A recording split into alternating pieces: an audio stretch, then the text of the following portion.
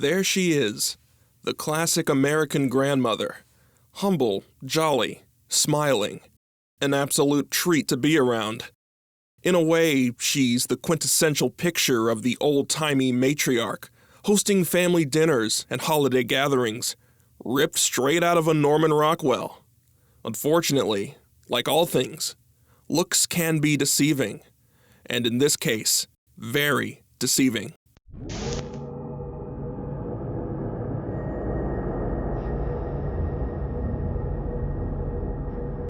Despite those kind and innocent eyes, who you're looking at right now is a stone-cold killer. A killer who utilized her innocent charm and friendly demeanor to draw away suspicious eyes from the people who suddenly dropped dead all around her, only to repeat the process again and again and again, with her body count totaling nearly 10 people by the end of her decades-long spree. And, whenever asked about her actions, she never expressed regret or strong emotion. She instead laughed about it.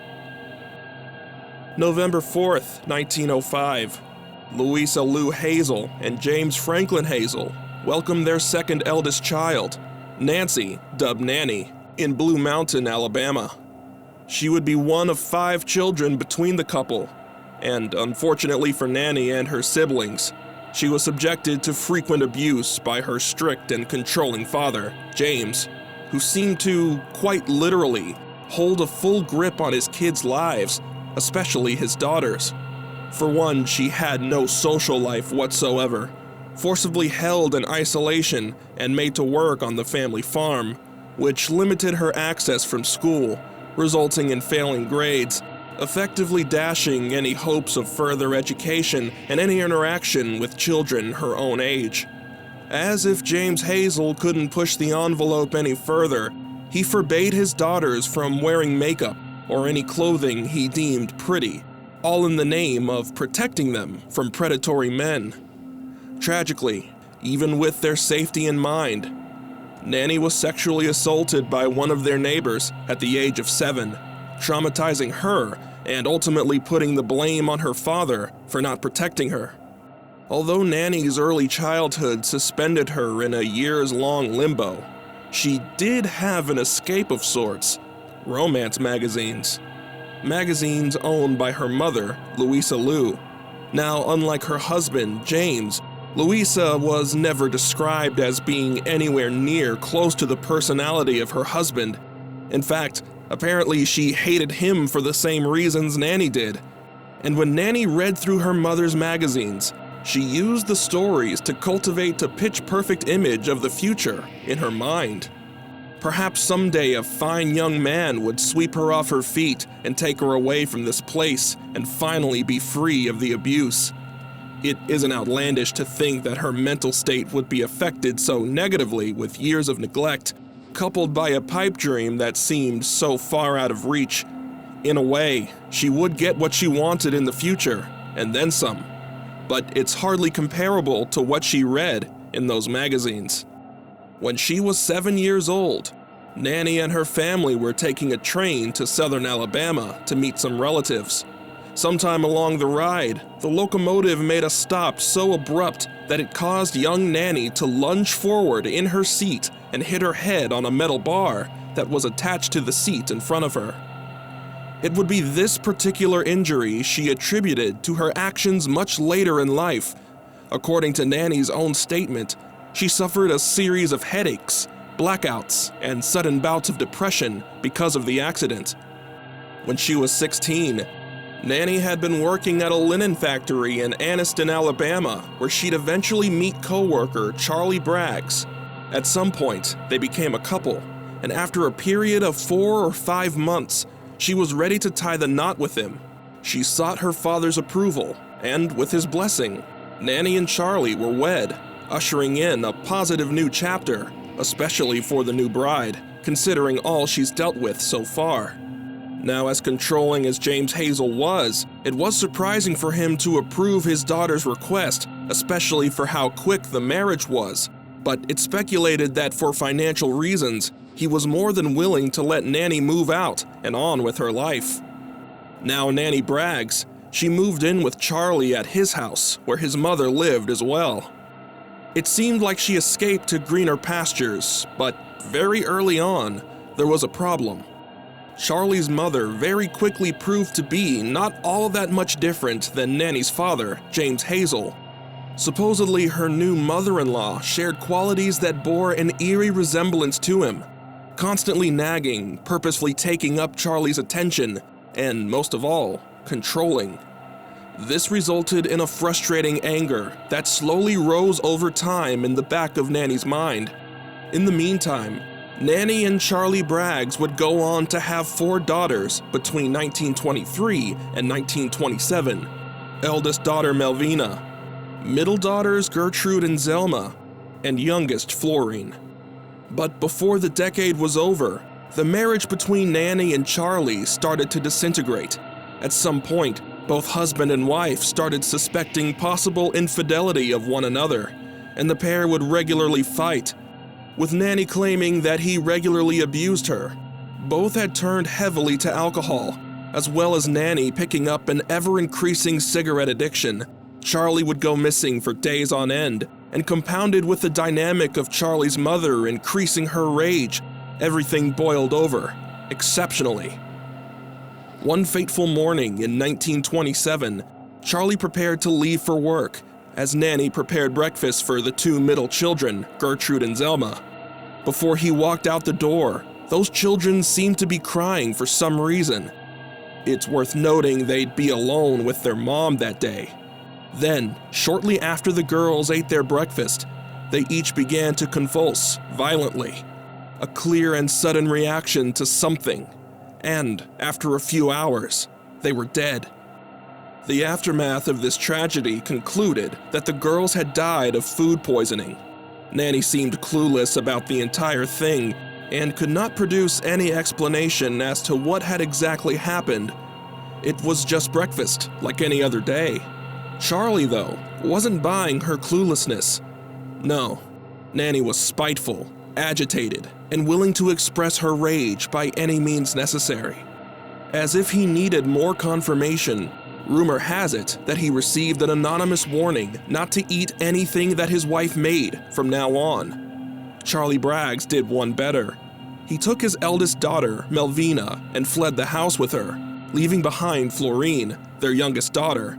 For a period of a few days, he remained in hiding in a local area, but soon moved down to Florida to start anew. Now with her husband gone, the only thorn in her side under the roof was her mother-in-law. And interestingly, she just so happened to pass away suddenly, mere months after Charlie's departure. Nannie collected several $100s via the death benefits of her deceased daughters, and now she basically had the Alabama home all to herself, likely from inheritance. Suspicions aside, she also reaped the rewards from charity provided by her family to help support her and her daughter, Florine. While that was going on, Nannie returned to work in the textile industry to pitch in herself.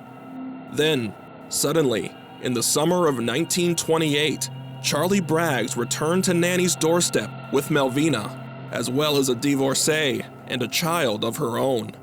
It wasn't a social call. Charlie had found someone else in Florida, and he was there to finalize the divorce and finalize custody of the children. They divorced formally that same year, and Nannie took custody of her other remaining daughter, Charlie returning back to Florida with his new partner. Shortly thereafter, Nannie moved she and the kids back into her original home in Blue Mountain. Goodness knows how she felt shacked up with her father, James, again, but the stay was short-lived. By 1929, Nannie and the girls moved out of Blue Mountain and resettled in Jacksonville, Alabama. Sometime that same year, either through the Lonely Heart section of a magazine or through mutual friends, Nannie met her second husband, Frank Harrelson. If you thought the 4 months that she and Charlie courted one another before marriage was short, this relationship turned into a union within a mere matter of weeks. Daughter Melvina was a tad older at this point, and either stayed back in Blue Mountain or perhaps spent time with her biological father down in Florida. Youngest daughter Florine, on the other hand, moved in with her mother at Frank's place. Frank Harrelson was a blue-collared man who worked for a railroad company, and whatever Nannie might have seen in him before tying the knot, he quickly revealed his true side to his wife. In a matter of months, Harrelson was regularly abusing Nannie, abusing alcohol, and cheating on her often. Surprisingly, this would be Nannie's longest marriage, lasting for 16 years. Through the 30s and into the 40s, Nannie continued her life with Frank, enduring his negative treatment and all that came with it. It wouldn't be until February of 1945 that she'd be suspected of another crime. This crime, perhaps the worst of them all. Meanwhile, in her eldest daughter Melvina's life, she had gone on to marry Mosey Haynes, of whom they had their first son, Robert Lee Haynes, in 1943. In 1945, the couple were expecting to have their second child, and when the time came to go to the hospital, Nannie obviously accompanied them as an eagerly awaiting grandmother. The birth of Melvina's new baby daughter was a success, and everything seemed right with the world, especially for the proud grandma, wouldn't it? Melvina recalls that during her recovery, that she was still heavily under the effects of ether, but she remembers seeing the strangest thing. Nannie, her own mother, walked right into the room with her and the baby, pulled out a hat pin of all things, and jabbed it directly through the newborn's head. Quite an odd thing to think she saw of all things. Melvina was still in a drugged state, and she was obviously tired from just giving birth, but when she came out of it and realized her baby was actually deceased, her strange vision had turned out to be a real-life nightmare. Melvina's second child, an unnamed baby girl, was dead.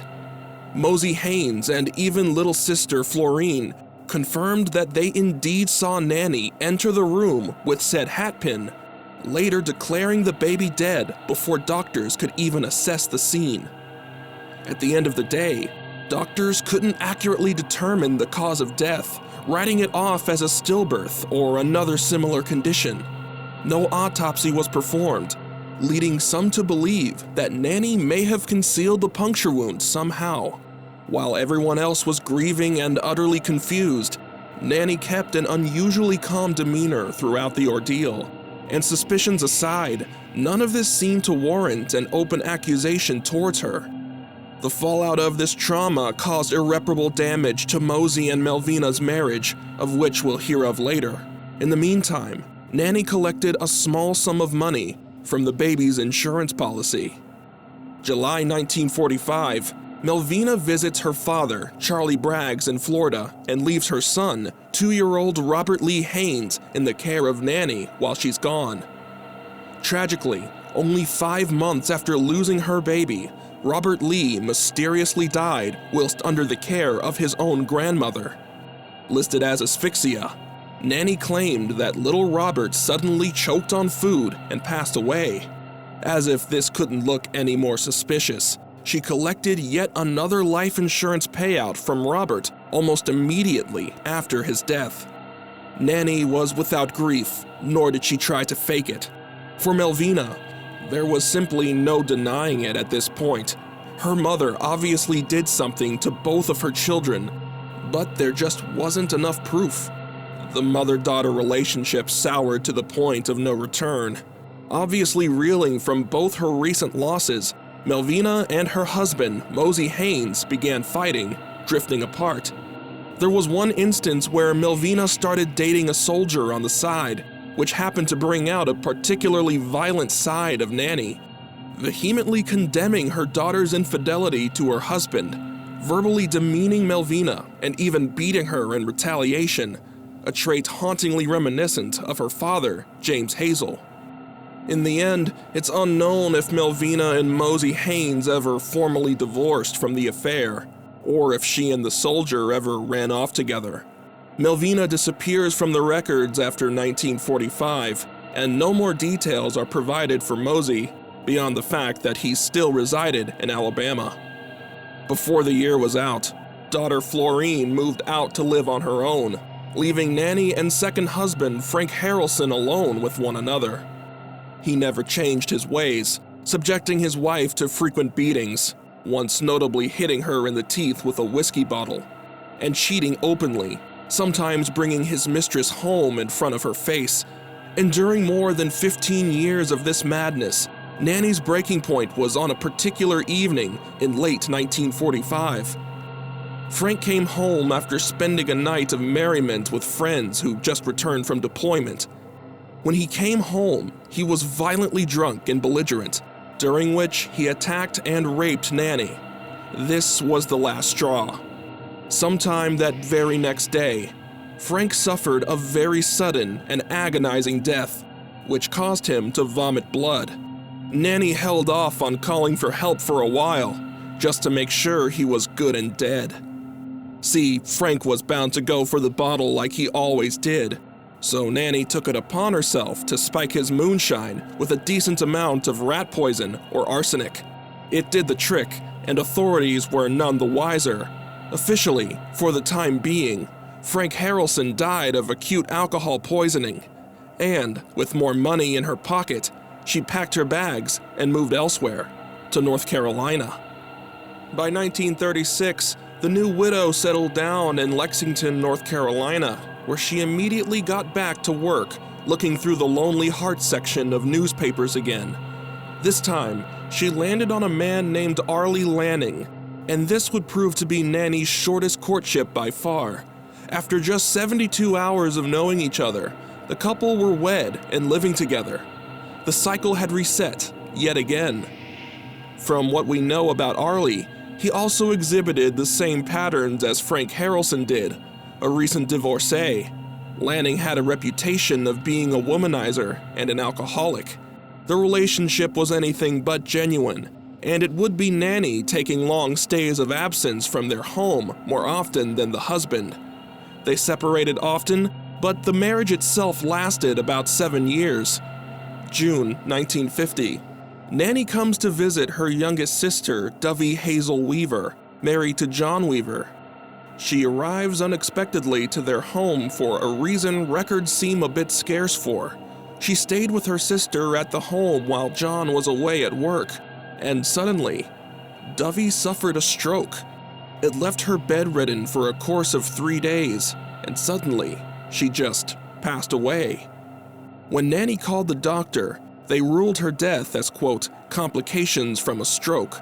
There was no autopsy, and as conveniently as other people who have died around Nannie so far, she cashed in on an insurance payout. Was her thirst for money so strong that it wouldn't stop her from killing her own family? Well, considering she may have done the same to 2 of her daughters back in the 20s, this wasn't far-fetched by any means. She didn't intend on sticking around either. Right after Dovey's funeral, Nannie went on her way. Come February 1952, Arlie Lanning came down with a mysterious illness that lasted 3 days. He was vomiting, having seizures and bloody diarrhea until he eventually died. Arlie's reputation for heavy drinking came in Nannie's favor yet again. His death was ruled as, quote, heart failure exacerbated by alcoholism, and no autopsy was performed. Nannie collected a $1,500 life insurance policy, and conveniently, their house burned down just a few weeks later, after which she claimed yet another $1,500. Despite the house being willed to Arlie's sister, Nannie apparently tampered with the claim, so it went to her. She may have banked on yet another insurance policy, but Nannie had bigger appetites this time. Posing as a grieving widow, she targeted her late husband's mother, Sarah Lanning, and temporarily started living with her. While there, Nannie started taking care of her, ensuring trust and making her daily meals. As you might have guessed, Lanning also began suffering very familiar health problems, like vomiting and seizures. Eventually, Sarah Lanning passed away in her sleep. Again, no autopsy was performed, and her death was attributed to old age. With this, Both Sarah's home and land were willed to Nannie, and within a matter of weeks, she sold it. Another husband, another family out of the way. Nannie cracked open her newspaper and browsed the Lonely Hearts section yet again. Staying true to her methods, Nannie continued consulting the Lonely Hearts section for a new husband, although this time trying a new twist. This time, she joined something called the Diamond Circle Club, which operated like a pen pal service to prospective couples. Through this, she began corresponding with a man in Kansas named Richard Dick Morton. With Richard, Nannie made sure to spoil him as thoroughly as possible with her love letters, sending over 200 of them, sometimes with candies wrapped in handkerchiefs. Richard was sold on making this relationship happen, and Nannie was beyond ready to take things to the next level. After 6 months of long-distance dating, the pair met physically for the first time at a bus station in Wichita, Kansas in 1952. A mere 4 days later, Nannie and Richard Morton were married. Together, they lived in his Emporia, Kansas apartment, where both husband and wife worked their own jobs, Nannie a hotel maid and Richard a delivery driver. As usual, it was only a matter of time before Nannie got the urge to flex her claws, but this time there were a few hitches that didn't exactly work in her favor. For one, Richard Morton was not an alcoholic, a trait she's exploited the most so far, but he was an adulterer. And even so, she always insisted she be the one to make meals for him at any time she possibly could, and even supplied him with unnamed tonics here and there. The biggest red flag of them all was Nannie's constant insistence of Richard to sign new life insurance policies, but for once, her husband kept refusing her. Eventually, she'd find a way. She always does. Back home in Blue Mountain, Nannie's mother, Louisa Lou Hazel, was an ailing old woman in her 70s. By this time, James Hazel, Nannie's father, had already passed away, and Louisa had recently suffered from a fall, furthering her need for aid. Louisa was bedridden and under the complete care of Nannie, or rather, complete control. In January of 1953, she moved in with Nannie and Richard. Between keeping her comfortable and cooking her meals, Nannie couldn't help but feel a deep sense of resentment seeing her mother again. Nannie felt significantly angrier at the very woman she was caring for, her own mother. Although it was James who'd inflicted so much pain to her and her siblings, Nannie viewed Louisa as nothing but an enabler, a tool just as guilty for the hell she had to endure for all those years, and a wall that could at least have tried to block her from a beating or two. No matter to Nannie, she also had a pretty penny in insurance. So after a brief period of soups and suspicious health tonics in the evening, Louisa Lou Hazel died in that same month. Her death was ruled as complications from hip fracture, and if anything, it was the least suspicious death that Nannie had been involved with. She collected the $300 from burial insurance and ensured her neighbors that, quote, "Mama's with Jesus now. No more suffering." May 19th, 1953. Following dinner, Richard Morton suddenly becomes violently ill, exhibiting similar symptoms as Nannie's most recently deceased husband. When Nannie called the doctor, she made it pretty clear that he'd consumed, quote, "bad turkey" that day. But within 12 hours of agony, Richard passes away. When authorities came to investigate, they noticed all the cookware was freshly washed. During the investigation, they questioned the apartment's manager in case he had suspicions of his own.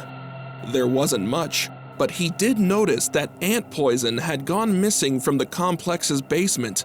A neighbor was questioned, and they reported seeing Nannie in the building's alleyway, burning a set of papers shortly beforehand. And for a woman who just lost her fourth husband, her actions didn't exactly reflect feelings of grief. She managed to take out an $800 insurance policy and had Richard's remains cremated as soon as possible. This time, she took out her first vehicular asset, Richard's prize Plymouth car, one that he had sent her pictures of when they were pen pals. Just 48 hours after the funeral, Nannie picked up everything once again and looked for someone else in Oklahoma.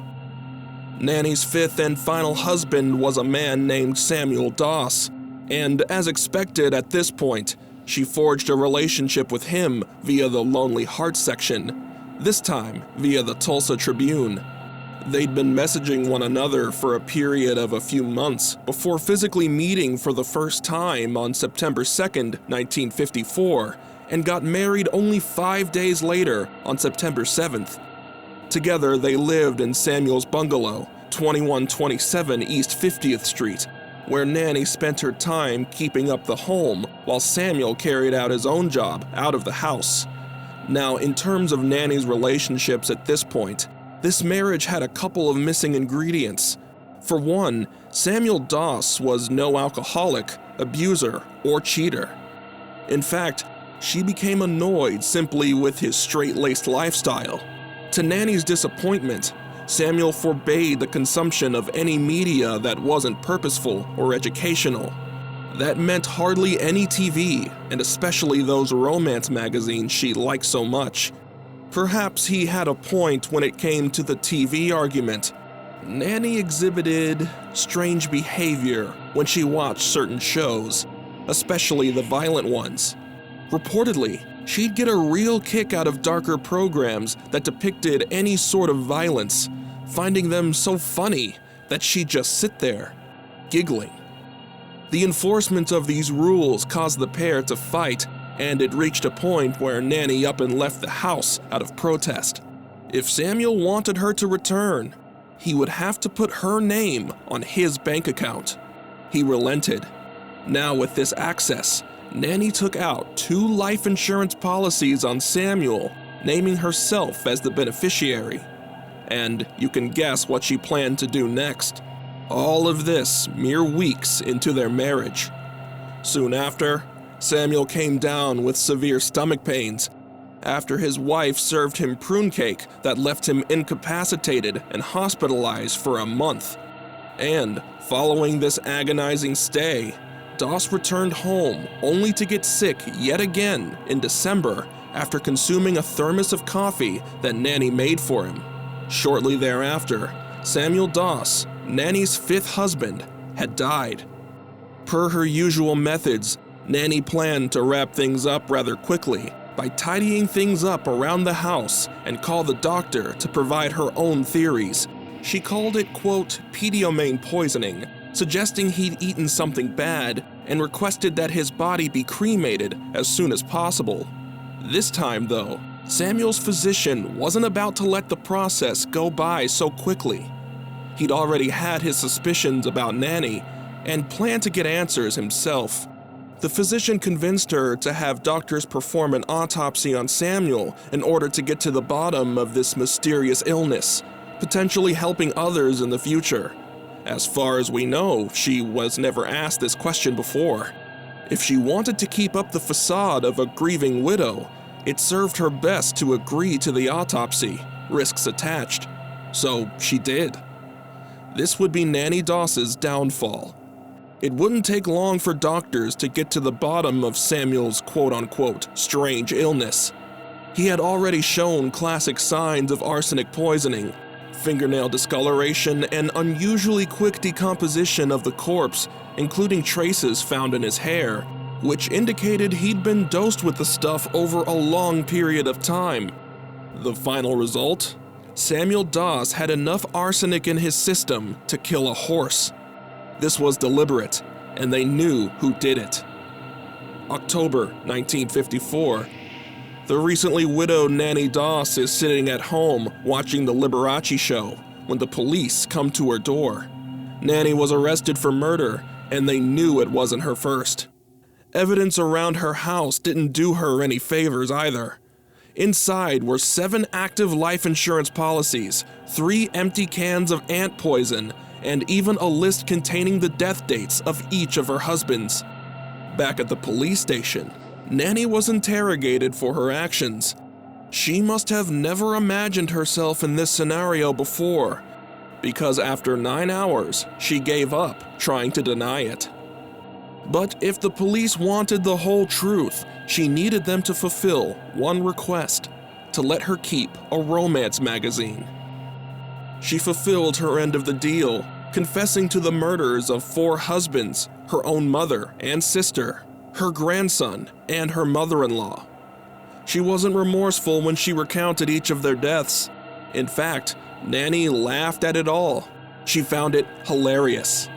In fact, she became so notable for that laughter throughout the years that she was dubbed the Giggling Granny, among many other nicknames. She wasn't some stoned-faced killer who exhibited signs of internal conflict or regret. Nannie reminisced on these deaths as if they were some humorous story from childhood.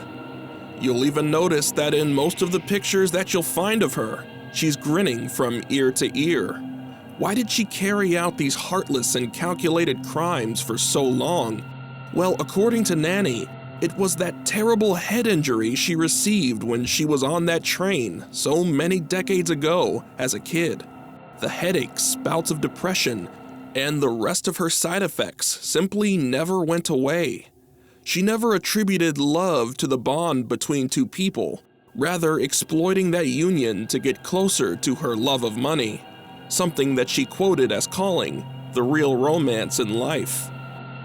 The state of Oklahoma found Nannie Hazel Doss guilty of murder. The Justice Departments of Alabama, Kansas, and North Carolina also charged her with murder.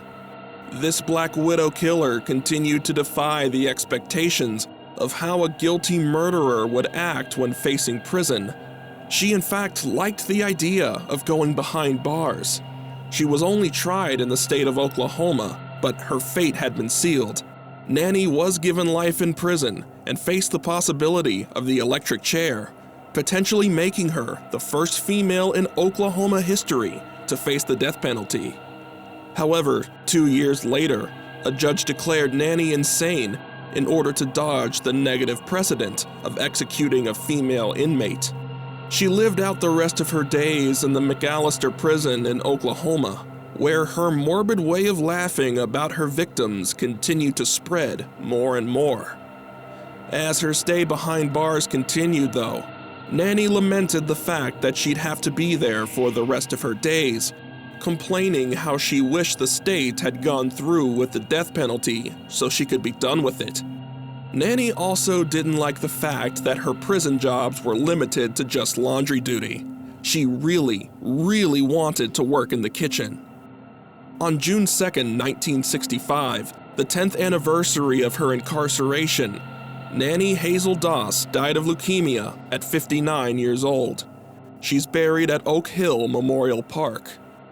Between 1927 and 1954, Nannie Hazel dedicated her life to lure men into her spider's web, willing to put herself through whatever conditions it took to ensure a payout that would make it all worth it in the end, just to repeat the process time and time again. The most prominent factor of her financial motivations were that she simply held no punches. She loved money, and only money. Her family, whether it be her mother, her sister, grandson, or even her kids, were just as vulnerable as any man she could find in the Lonely Hearts column. Perhaps she really was warped from that train accident all those years ago. Perhaps even more, the accident paired with the traumatic childhood just caused something to snap. She was cold, calculated, and developed a routine that worked for decades. Nannie Hazel Doss truly was the Black Widow of Black Widows.